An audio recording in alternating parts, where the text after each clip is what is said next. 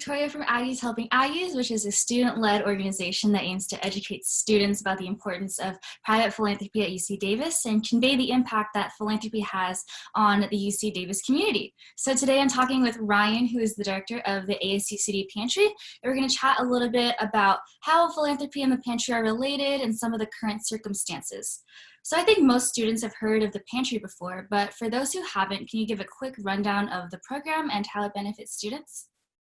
Yeah, thanks, Victoria. So, hey, everyone, my name is Ryan Choi. I currently serve as the ASUCD Pantry Unit Director, and the ASUCD Pantry is a student-run campus food pantry under the umbrella of ASUCD, the Associated Students of UC Davis. And specifically with our campus food pantry, we serve a multitude of different essential basic necessities, including non-perishable items such as shelf-stable pasta, rice, beans, and perishable items such as fresh produce and both fruits and veggies from local and community farms. We also serve a variety of basic necessities such as menstrual products, both pads, tampons, liners, and things like diapers from folks like the Diaper Bank, providing these essential services to students and also student parents and their families. But the pantry's main mission is to be able to help alleviate food insecurity across our UC Davis campus, acknowledging that over 44% of UC Davis students face food insecurity on a chronic basis, either at the very low or the low level of food security. And with the pantry was created in January of 2011. That's when we first opened to the public in Lower Freeborn. And since then, we've made a multitude of changes and grown to be able to serve hundreds of students each day in our main facility on the first floor of the Memorial Union. And the pantry is free of charge to all UC Davis students, both undergraduate and graduate students, international students, non-traditional students, all to be able to support folks in accessing their basic needs, ensuring that they have basic needs security in their time here at UC Davis. And we also serve as a central nexus to be able to connect students with additional resources, including housing, finance, and whatnot, in our collaboration with the Ag Campus Basic Needs Center. And so both of our centers are located in the Memorial Union on the first floor, and we're hoping to be able to reopen soon as the pandemic is able to allow for us to safely do so. Yeah, definitely. So that's very informative. And then we have also worked with Aggie Compass with them in tandem with our Sarah Award, which awards financial money amounts for students who are in a situation that may impact their ability to stay in school. So building off of that, how does philanthropy help the pantry and how are these two related? With the sustainability of our program, folks often ask us, how are you able to distribute thousands and thousands of pounds of food and other basic necessities on a weekly basis, without stopping except for academic holidays and breaks?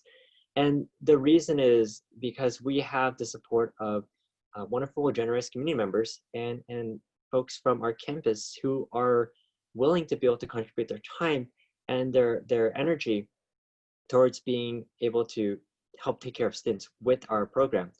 And one of the ways that folks have contributed tremendously across this past year has been through donating online and through the give.ucdavis.edu sort of campaigns throughout Picnic Day and Give Day. And one really awesome part about this is that every time that anyone donates to the pantry, we are able to stretch that dollar across 5 times. It essentially meaning that if you, Victoria, wanted to donate $5, or if any other UC Davis student wanted to donate $5, that is multiplied in terms of its impact, where we can use that $5 donated and turn it into $25 worth of food. So we have that multiplying rate with our donations, especially in conjunction with our collaborators and our primary vendors, such as the food bank, Student Farm. And with all of these donations, they help us maintain our operations, because it does cost thousands and thousands of dollars for food. But the way that we stretch that dollar, we stretch that impact, allows us to not only serve students more equitably, but we also are able to provide a greater variety of items and higher quality items. And it's a blessing to be able to say, we're here in NorCal, here in Davis and Yolo County, where we have the opportunity to be able to access fresh produce from local farmers. And that's not something that every UC campus can boast about. So we're extremely proud of the fact that folks can be a part of this and be part of that change.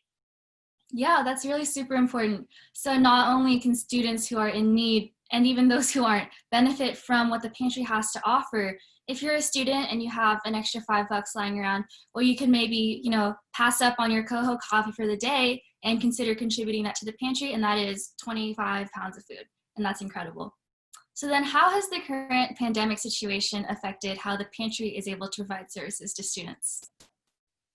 Yeah, so throughout the COVID-19 pandemic, we've transitioned into a joint collaboration with the Aggie Campus Basic Needs Center, operating both on Mondays and Thursdays. Mondays to be able to prep our grocery bag program and to organize our facilities, and Thursday to actually run and execute the distribution event.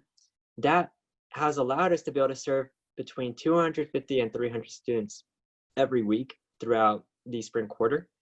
And throughout spring break, the Basic Needs Center was already starting to be able to distribute bags. So we have not stopped working since the end of winter quarter.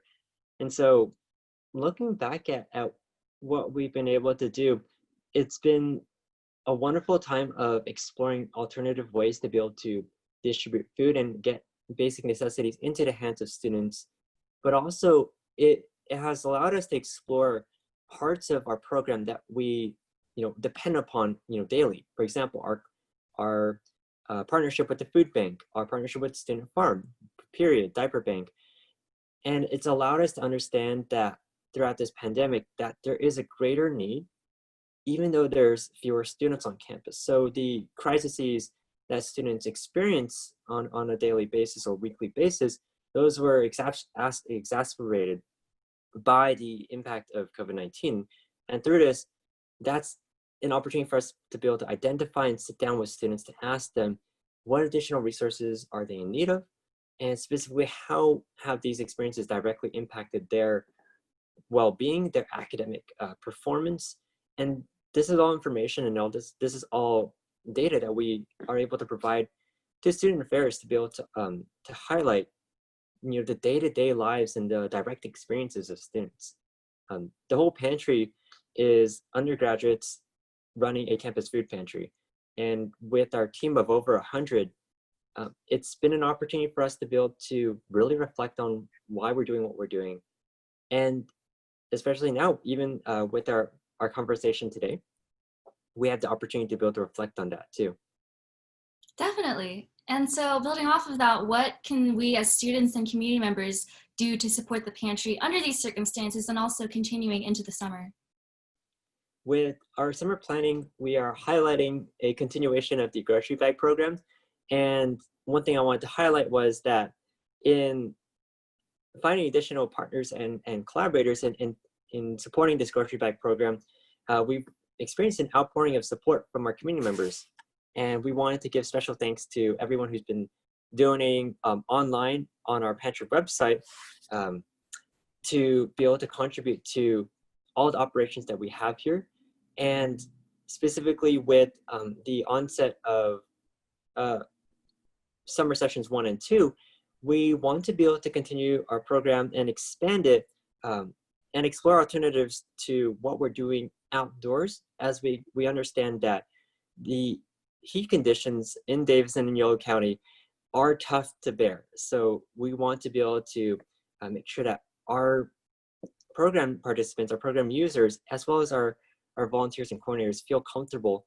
So as much as possible, we are looking for additional donations to be able to provide cold beverages and ice packs, especially during this time. We are able to really stretch that dollar. So monetary donations allow us to be able to purchase a greater variety of items, but specifically items that we know that students need during this time. So when folks donate, physical items and run donation drives, it's always helpful for folks to reach out to us in advance. to email us, to message us, and to ask, hey, would this be beneficial? But one surefire way for anyone to be able to contribute, whether they're in Davis or not, or in the local vicinity, is to donate online. And on our website, we have a big donate button in the top right-hand corner. What those donations go towards, I've shared earlier in our conversation today, but again, donations go towards food, basic necessities, being able to operate more efficiently and more safely, and also to be able to provide us with cleaning and sanitation supplies, which are in high demand. So all of these things support us, but we know that as we transition into a hybrid model this fall, we are going to ramp up our operations. We are going to be operating out of multiple facilities, engaging with students at different points of contact, and we want to minimize risks. So any donation, any support helps us. And of course, talk with us if you're ever interested in partnering. Definitely. Thank you, Ryan. That was really informative. So I hope this helps people gain some information about what the pantry looks like in this current situation, and more importantly, what we can do to help contribute. Do you have anything else to add, Ryan? Yeah, I just wanted to add that when we have on our social media pages any updates and any statements, that we want to share that we are really trying to look out for our campus community here. So if you're interested in volunteering, contributing your time in person, you feel healthy and safe enough to do so, we ask that you check out and follow, like our Facebook pages, our Instagram pages, to be able to know about when we release volunteer applications. We have summer jobs coming up that are going to be released in this upcoming week. And we're hopeful that we get a lot of applicants, and we're very, very excited to be able to meet more of our Davis community. And thank you so much again. Thank you, Victoria. Thank you.